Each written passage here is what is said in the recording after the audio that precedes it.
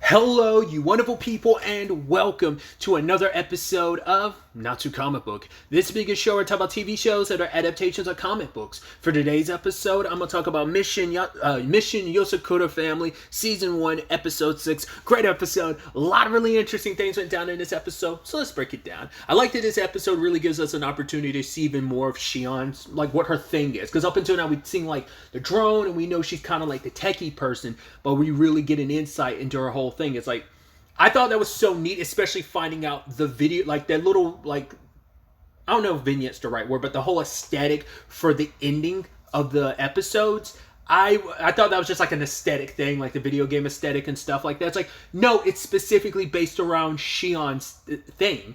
Basically, when she's doing a mission, she basically will hack into their system and basically transform that into a game system that she operates. So basically, it's like that video game. I think it does. I think it got shut down, didn't it? But like that video game system Dream, where you could basically make games within the game. It's that type of thing. I mean, I know you can technically do the same thing with like Roblox, but it is interesting because like, obviously, I guess there's a little Roblox to it. But my immediate thought when I was seeing those character models, I was like, oh yeah, they very much remind me of Nintendo Mii's. But I think that's supposed to be what they're kind of representative. It's like, oh, but it makes the outro even more interesting, especially with the Kishiro, when you have him being all those weird things. It's like, oh yeah, because she has him. He's the representation of all the monsters, which I think it speaks volumes that none of the other siblings, it's specifically Kishiro who is like all the like mob monsters. Even the big train boss they went it up against, like it had a Kishiro's head on it, and even Taiyo comments on how terrifying it was. So I was like, that's such a neat thing, knowing that that's how she operates. Because we learned, what was it, episode 3, maybe 2 or 3. I think it was episode 3 where. We found out it's not just Shinzo who doesn't really like, who's very shy and doesn't get out much, because Shinzo had made a comment about how Shion doesn't like leave her room much, and we had the opening of the episode where she's been like gaming for 80 hours straight. She's like, finally beat it. So I guess that was her. I don't know if that was just her gaming in her free time, which it seems like that's what she does. So it's the thing of like her pastime also influences her job. So I guess for her, it's like, I need to be like gaming all the time because I need to keep my skills up, because it's a part of how I operate as a Yozakura, so that I like that. It's that thing of like, right, when your hobby becomes your job type of situation. But I guess it's more like her job influenced her hobby. Who knows? Maybe before she even found out about her powers as a Yozakura, like she already was like a gamer. Like she was already built like that. She was built different, But I wasn't expecting her and Ayaka's story to kind of like lead into each other like that, where Ayaka was like hacking into her game and then she kicked her out. It doesn't seem like Ayaka's necessarily a hacker by trade, but she has been reading books and picking up on it.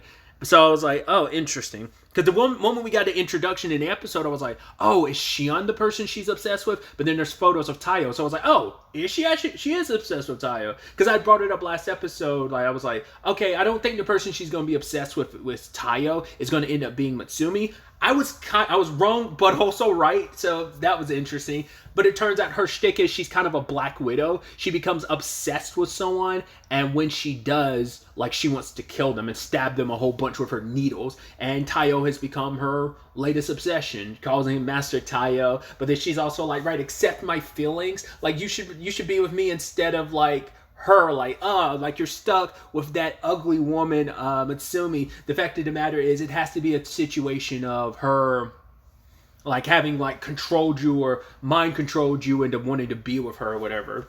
Because it turns out that the reason why she became obsessed with Taiyo is because there's a price on his head now. I was like, oh, we're going One Piece right here, with a bounty on his head of like 100. It's like, hey, we're only a couple episodes in and you're already at 100,000. That's pretty impressive. I also love that he's like, I don't like the photo they chose to use for me. It looks like I'm about to sneeze.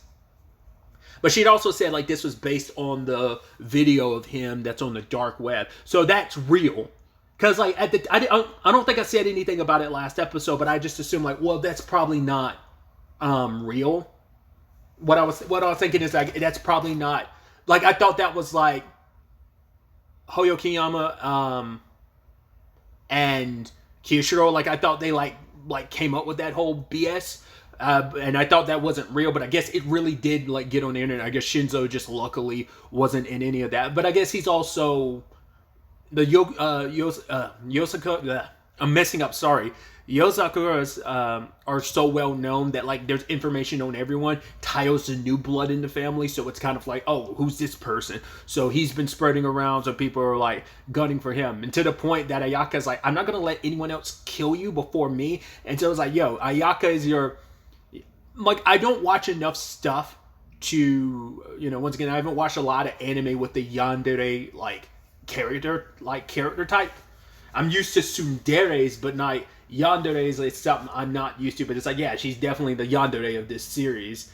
And so she's, yeah, I love you so much. I gotta kill you. I gotta be the one that kills you. So she ends up transferring to their school, and in every chance she gets, she's attacking him. And I'm like, how is no one noticing, like, oh, this basketball getting thrown at him suddenly having spikes? And it's just like, no one's noticing this. Oh, she trips in class and throws a needle his way. It's like, every chance she get. I love that she left a whole bunch of needles like in his chair. It's like, what, he was supposed to sit down without noticing that? And just like, even while he's having lunch with Matsumi, she's throwing a whole bunch of needles and he's dodging each and every one of them. And then finally there's a whole situation where she's in the class being like, oh my god, why won't you accept my feelings? Tears running down her face. She's exhausted. He's exhausted. I actually also forgot too, I love that we got a little bit about Taiyo too, that his whole circumstance when it comes to his missions, that apparently like when he's infiltrating, he tries not to step on any plants. He always makes sure to try and like when a building gets damaged during a mission, he actually takes time to repair it. And when he takes a free ride on a train, he always buys a ticket later on. And it's like, oh, these are such great things about you. And Matsumi's like, I totally get it. He's like, you agree with her? It's like, yeah. She even says later on, she really likes the note, like she likes seeing someone else like realize how awesome Taiyo is. And it's kind of, that's such a weird dynamic of being like it's like Taiyo's #1 fan and Matsumi is his best friend, and also like his wife being like, I know, Taiyo's so cool, right? Like that, there's something like so funny in a twisted way, but also in a very endearing way about that dynamic. But yeah. Then she tries to mind control the entire class. Well, not try. She successfully mind controls the entire class with like kind of, I guess her thing's almost like probably like acupuncture, and ends up like making everyone her slave. But like the guy she had stopped from killing Taiyo earlier shows up again. I thought something was interesting when like his hand was twitching. I thought that was supposed to represent like, oh, wasn't he holding a gun in his hand? Is that going, or was it in his other hand? But it's like, no, like he's not dead. He's still alive because he came back for revenge against Ayaka. But yeah, he got taken care of. But Matsumi saved Ayaka's life, which is like, wait, why would you do that? And she's like, yeah, because like someone else that cares about Taiyo and sees how awesome he is, just like I do. And because of that, she sees Matsumi as an angel, and now she's in love with Matsumi. And it's like, wait, weren't you in love with Taiyo? And she's like, I still am. What I'm probably going to end up doing is I'm like, Master Taiyo's so awesome, I'm going to end up killing him, and then I'll spend the rest of my time with Lady Matsumi. So it's like, yeah. So that's why I was like, I was wrong and right. She's in love with both of them now. So, but she's still going to be aiming to kill Taiyo, just she has extra motivation to kill him, because it's like, yeah, I love you so much, I want to kill you, but I'm also in love with Matsumi, and by killing you, I get to be with Matsumi, so it all works out. And Matsumi's okay with the whole situation, because she's like, yeah, I get to treat it like it's just like having a mini Kishiro around. Because we found out the only reason why she was able to get access to the database and why she's targeting Taiyo in the first place is Kishiro gave her the go-ahead. And it's like, that bastard. Oh, he gave her the source code to basically hack in. Because even Shiana said that earlier in the episode. She's like, how would anyone have access to this system? It's like, it's so closed off that only like a Yozakura would be able to get it. So how can anyone from the outside get in? It's because Kishiro gave her the code for that, and they're just thinking, scumbag. So yeah, this is all his fault. Because it's like, right, he can't do anything against, aside from torturing Taiyo, he can't actually kill Taiyo, but it's like, oh, this is a roundabout way to have that happen, sure. And also it's like, because he knows if he does anything directly to Taiyo, Matsumi's gonna like be upset with him, so it's kind of like, but he also kind of loves her being upset with him. I mean, I guess he doesn't, but he accepts that whole thing of just, right, it's part of their dynamic, like that love-hate relationship, that he kind of like gets off on it, I think. But, it's like, oh, kind of punish me, Matsumi type of situation. So there's that. So that situation gets resolved, and then Shion brings Tayo into the fold on one of her missions. First, the train situation, which, like I said, I thought that was kind of a neat reveal. And then, obviously, there was the helicopter situation, which I love that he's not really good at games, and so he's like running into the wall. He's like, "Oh, this is super complicated," and then like he starts running into a wall so much that he starts clipping, and she's like, "What? No clip mode?" And then he becomes invincible mode. She's like, "Stop using glitches and cheating." He's like, "She's so pissed at me right now," because as a true gamer, she sees that as kind of disgusting. So she showcases her skills in the game, but it's a little too much even for her to handle alone, despite taking down the dragon because there's more reinforcements. So Tayo uses a revival item on the dragon, which is like the main helicopter, and in the real world they're destroying the other drones that show up.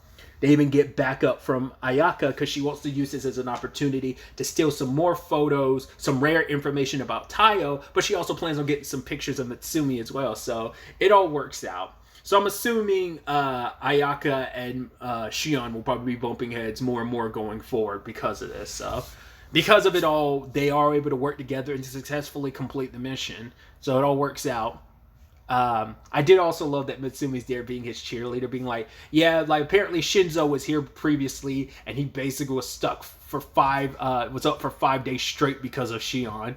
So yeah, because when she gets in the mode, she's in the mode. And she's kind of like happy about all this. So the mission was a success. She kicks Ayaka out, like sent her a message saying like, GJ, I can only assume good job. But it's like, yeah, the party's over, and then like shuts down her system yet again. Who knows if she was able to take that time to get any stuff about Tayo or Mitsumi in that time frame. But Shion's like, yeah, but this time you're not going to use any glitches or whatever because you can't just like go through all games like that. So you're not going anywhere until you beat all 3 of these games. And apparently it was like a 3-night long stretch. And Mitsumi was there just, once again, give him the energy drinks and be there for him. So just a fun, cute episode. Nice introduction to Ayaka. Like I said,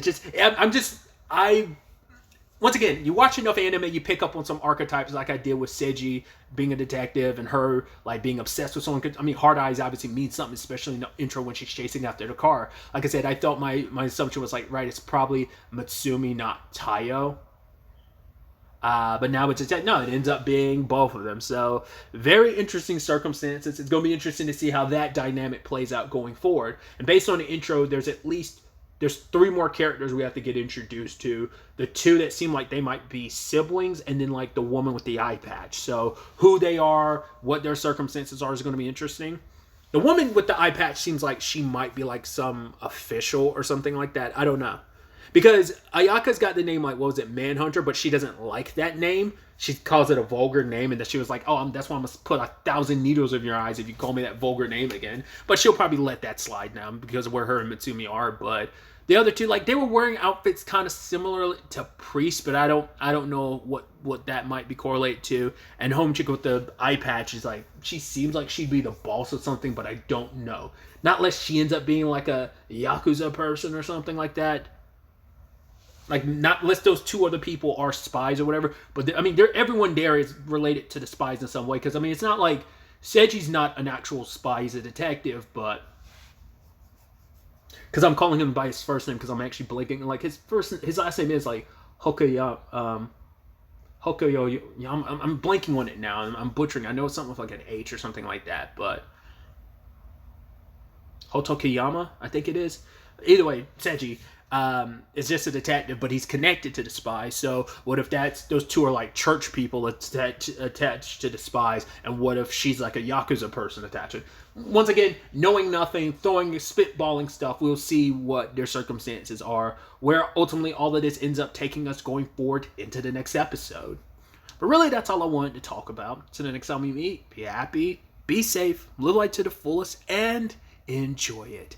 Good day, and goodbye.